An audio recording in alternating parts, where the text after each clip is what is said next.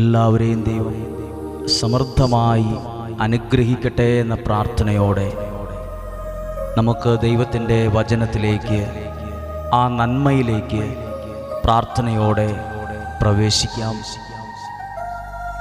ഇന്ന് നാം കേൾക്കുന്ന വചനങ്ങൾ വ്യക്തിപരമായി പ്രാർത്ഥനയോടെ സ്വീകരിക്കുവാൻ പരിശുദ്ധാത്മാവിൻ്റെ സഹായം ഒരു നിമിഷം നമുക്ക് തേടാം.